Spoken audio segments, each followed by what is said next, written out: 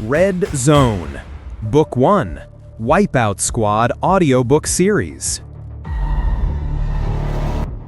Chapter 13, A Deal with the Monster. The transport's motors sputtered and died 3 kilometers from the metro entrance. Hammer slammed his fist against the control panel, but the machine was done. Fuel cells exhausted, battery drained, every system offline. "Everyone out," Steele ordered, his HUD flickering between hour 1604 and hour 1619. "We move on foot from here." They dismounted into the ruins of what had once been a commercial district. The red fog here was thick enough to taste through their damaged suit seals, copper and rot, and something chemical that made Steele's enhanced senses scream warning. Around them, buildings stood like broken teeth against the crimson sky, their facades covered in the crystalline growths that marked the virus's advanced transformation. "Boss," Deadeye called from his elevated position atop a collapsed overpass. "We've got problems, big ones." Steele climbed to join the sniper, his mutation-enhanced reflexes making the ascent easier than it should have been. What he saw through the scope made his blood run cold. They were surrounded. Crawlers lined every rooftop, every street corner, every window. Hundreds of them, maybe thousands, all perfectly still, watching, waiting. And behind them, larger shapes moved through the fog. Leapers, wraiths, things Steele couldn't identify even with his enhanced perception. "They're not attacking," Stitch observed, joining them on the overpass. The medic moved with increasing sluggishness as the combat stimulant finally burned through his system. "Why aren't they attacking?" Steele's HUD drew probability lines through the scene, and one particular trajectory made his enhanced mind go cold with understanding. "Because we're being herded." The explosion didn't drive them back, it drove us exactly where they wanted us. "Where?" Hammer asked from below, his voice tight with pain from his acid burns. Steele pointed northeast, where the metro entrance gaped like a wound in the city's flesh. "Back to the broodmother. She wants to finish the conversation." "No way," Breach said, cradling his ruined shoulder. "Boss, we barely made it out the first time. Going back is suicide." "Staying here is also suicide." Steele gestured at the surrounding mutants. "Look at them. They're not hunting. They're waiting for us to make a choice. Go back to the metro or die right here." Wolf had pulled out his scanner, and his face was pale behind his faceplate. "Sergeant, the psionic readings, they're off the scale. The broodmother is projecting some kind of field. It's suppressing the lesser mutants' hunting instincts, coordinating them into a living corral." "How is that possible?" Deadeye demanded. "She's still in the metro, kilometers away. Her range is... I don't know how she's doing this." Wolf studied his scanner with scientific fascination despite the terror. The network shouldn't be able to coordinate over such distances without multiple command nodes. Unless what? Steele prompted. "Unless what?" Wolf finished quietly. "Unless there are more of them, more broodmothers, or something higher in the hierarchy we haven't encountered yet." Steele's enhanced perception suddenly flooded with images, command nodes scattered across the city, pulsing in synchronization. The broodmother they'd met wasn't the only one. She was just the closest, the one designated to communicate with these particular humans. "We're going back," Steele decided, hating himself for it. "But this time, we go prepared. Breach, what do you have that can hurt her?" The demolitions expert checked his vest with his good hand. "Nothing. I'm completely dry on explosives. All I've got left is this." He pulled out a combat knife, 8 inches of monomolecular edged steel. "Against a 4-meter-tall psionic horror? I'm not sure how much good it'll do." "Better than nothing." Steele turned to Stitch. "You got any of those clean combat stims left?" "One." Stitch pulled out the last auto-injector. "But boss, after what the last one did to me, I'm not sure." "Give it to Hammer. His burns are slowing him down, and we need him functional." Hammer accepted the injector without protest, pressing it against his neck. The hiss of compressed air was followed by a sharp intake of breath as the chemical cocktail hit his system. Color returned to his face, and his grip on the sledgehammer steadied. "Let's go kill a queen," Hammer said, his voice stronger than it had been in hours. They descended from the overpass and moved toward the metro entrance. The surrounding mutants tracked their movement, but didn't attack. A living corridor of teeth and claws, funneling them exactly where the broodmother wanted them. Steel's HUD marked their progress. 500 meters, 400 meters, 300 meters. With each step, the psionic pressure increased. He could feel the broodmother's vast intelligence pressing against his consciousness, patient and inexorable.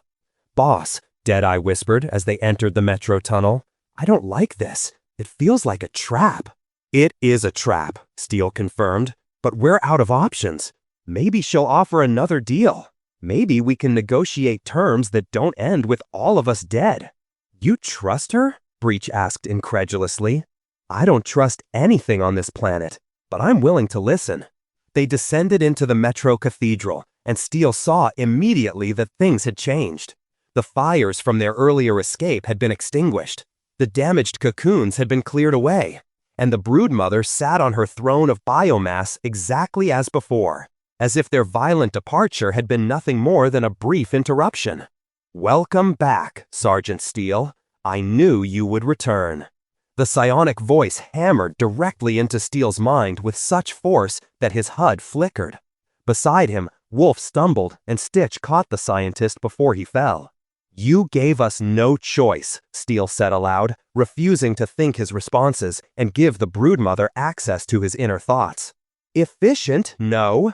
The network learns quickly. You attempted violence. It failed. Now we try negotiation again, but this time you will listen." The broodmother's crystalline crown pulsed, and Steel's enhanced perception was suddenly flooded with images. Not memories, but real-time vision. The city as seen through thousands of mutant eyes simultaneously. He saw a pit in the heart of the ruins, a massive crater that had once been a government complex. And within that pit, arranged in concentric circles like some obscene choir, were mind-benders. Dozens of them, maybe hundreds, their bloated skulls all pulsing in synchronization. Their combined telekinetic force created a visible distortion in the air, a shimmering bubble that protected the pit from any conventional assault. "My God," Wolf breathed, seeing the same vision through the psionic link. That many mind-benders working together, they could level a city block with a thought. The vision zoomed in, showing Steel more details. The mind-benders weren't alone. Puppeteers hung from the pit's walls like grotesque ornaments, their nerve tissue bodies connected by threads of biomass. And at the bottom of the pit, something massive stirred, too large to see clearly, but radiating power that made Steel's mutations ache in sympathetic response. The chorus, our greatest work. Each mind linked to every other, each power amplified 1,000-fold. You cannot fight this, Sergeant. You can only choose how you die. Quickly if you accept my offer, or slowly if you do not. What exactly is your offer? Steel forced himself to focus despite the overwhelming psionic pressure. You said safe passage before. What does that actually mean? The broodmother's many eyes focused on him, and for a moment, Steel felt something almost like respect in that alien gaze. I offer you this. Leave this nest intact. Proceed to your evacuation corridor unhindered. The network will not pursue. Your suppressors will last long enough to reach orbit. You may even carry your precious data. All I ask is that you do not interfere with the current cycle. Current cycle? Wolf asked, his scientific curiosity overriding his fear. What does that mean? We are close to critical mass. Another 72 hours and this world will be fully integrated. After that, we move to the next world, and the next, until all of humanity is improved. You cannot stop this, but you can choose to observe it rather than experience it. Steele's mind raced through scenarios. 72 hours until Karo 7 was completely lost. Command's orbital protocols would glass the planet before that happened. They'd rather destroy the world than let the network spread.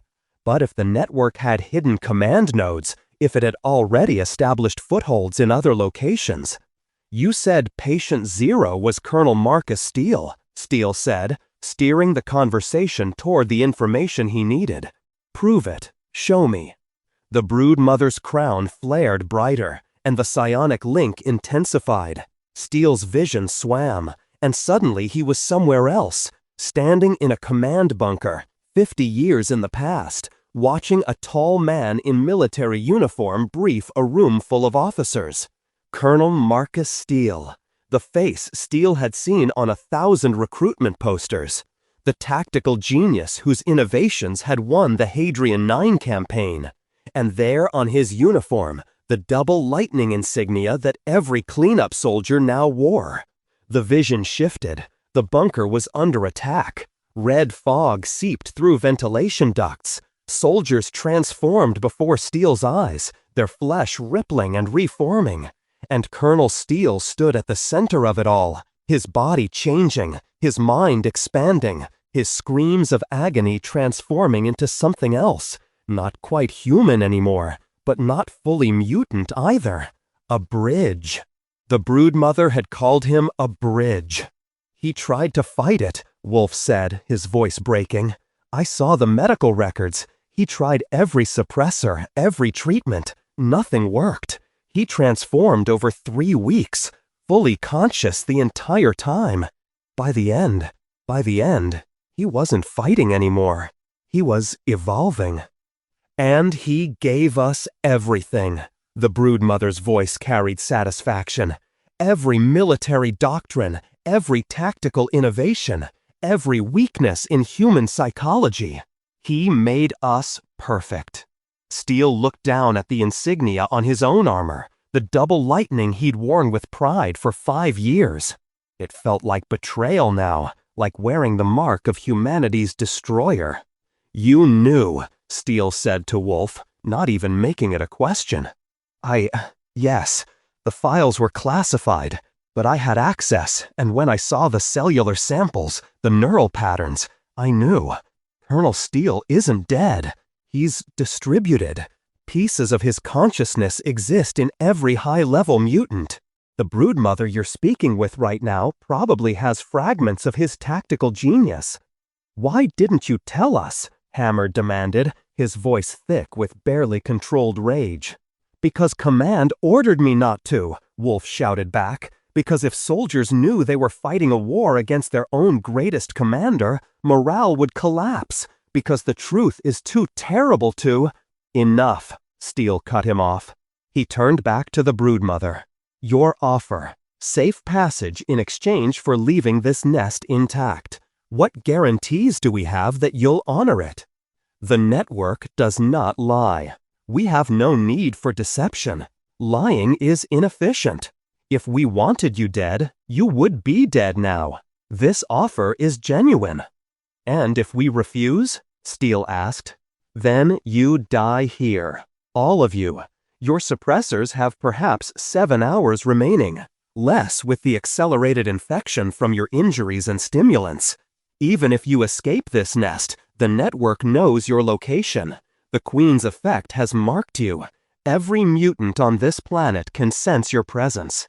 There is no hiding, no rest, only the choice between quick mercy or slow consumption. Steele's enhanced perception drew lines into possible futures. In one, they accepted the deal and reached orbit safely. In another, they refused and died in the next 10 minutes. In a third, they tried to fight their way out and made it perhaps 2 kilometers before being overwhelmed. The math was brutal and clear. I need to discuss this with my team, Steele said.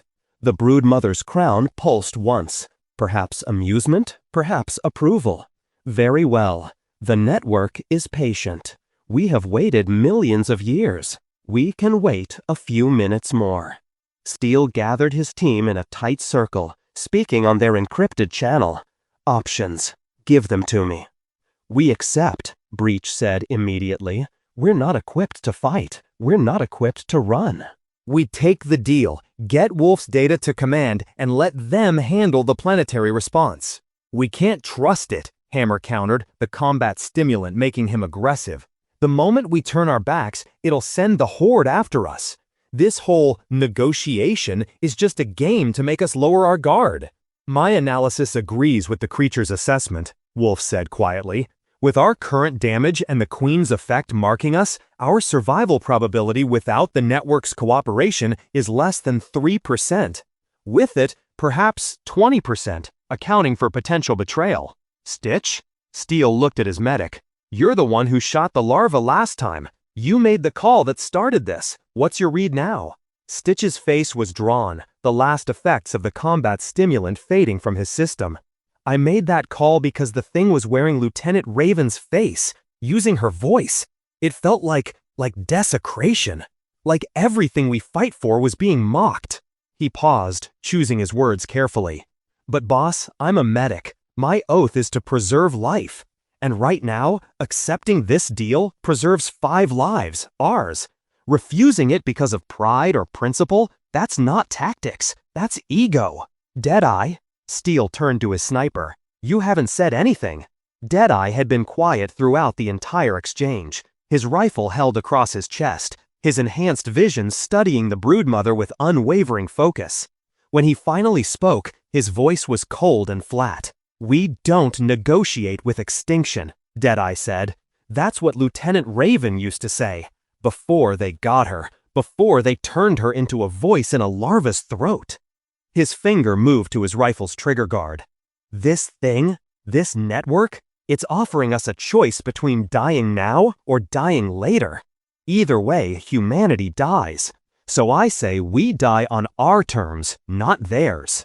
"Deadeye?" Steele turned to a sniper. "You haven't said anything." Deadeye had been quiet throughout the entire exchange, his rifle held across his chest, his enhanced vision studying the broodmother with unwavering focus.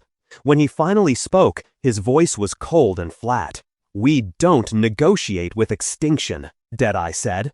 "That's what Lieutenant Raven used to say. Before they got her, before they turned her into a voice in a larva's throat." His finger moved to his rifle's trigger guard. "This thing, this network, it's offering us a choice between dying now or dying later. Either way, humanity dies. So I say we die on our terms, not theirs." "That's suicide," Breach protested. "No," Deadeye replied, his scope settling on the broodmother's largest central eye, a crystalline sphere that pulsed with psionic light. "That's resistance. Real resistance. Not accepting deals, not compromising, not letting this thing tell us what choices we have." Steele's enhanced perception suddenly showed him a new probability line, one where Deadeye took the shot, where chaos erupted, where survival dropped to near zero, but where something else became possible. A chance to wound the network badly enough that Command's orbital strike might actually work. "Everyone," Steele said slowly, making his decision. "If I give the word blackout, you hit the deck immediately. No questions, no hesitation. Understood?" His team nodded, recognizing the code word from their training. Blackout meant ambush, meant surprise attack, meant all hell was about to break loose. Steele turned back to the broodmother, his face carefully neutral. His enhanced perception drew the timeline. 3 seconds until Deadeye would take his shot. 2 seconds to make his choice. "We need more information," Steele said, stalling. "You mentioned the Colonel. Is he here? Can we speak with him directly?" The broodmother's many eyes shifted, perhaps considering the request. "The Colonel exists in fragments. I contain pieces of his tactical genius. The puppeteer you killed earlier held pieces of his strategic planning.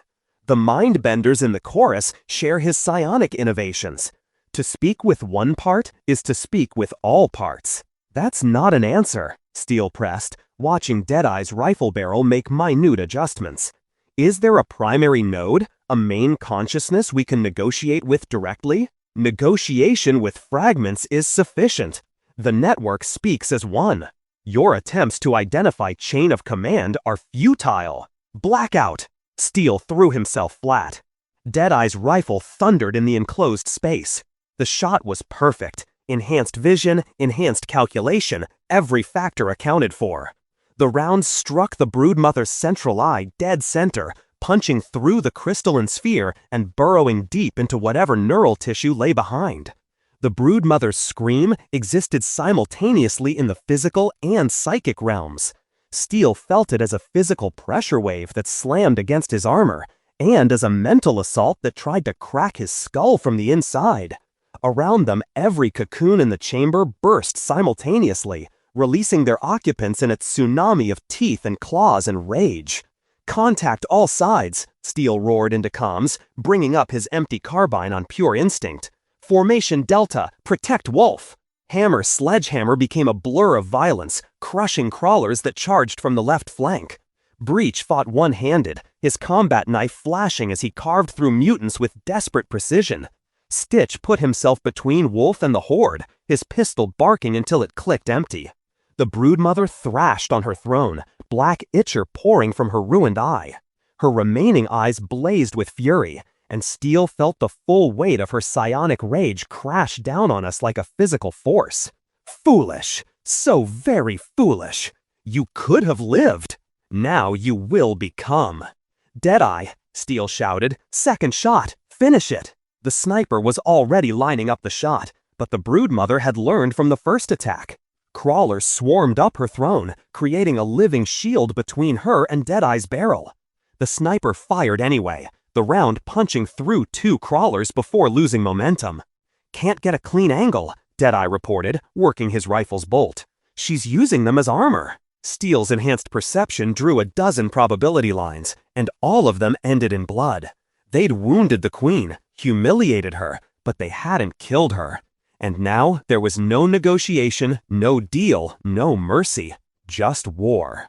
His HUD flickered. Hour 1647. "We fight our way to the exit. Hammer, clear the path. Everyone else, tight formation. Move, move." They charged toward the metro tunnel entrance, Hammer leading like a battering ram, his sledgehammer crushing anything stupid enough to get in front of him.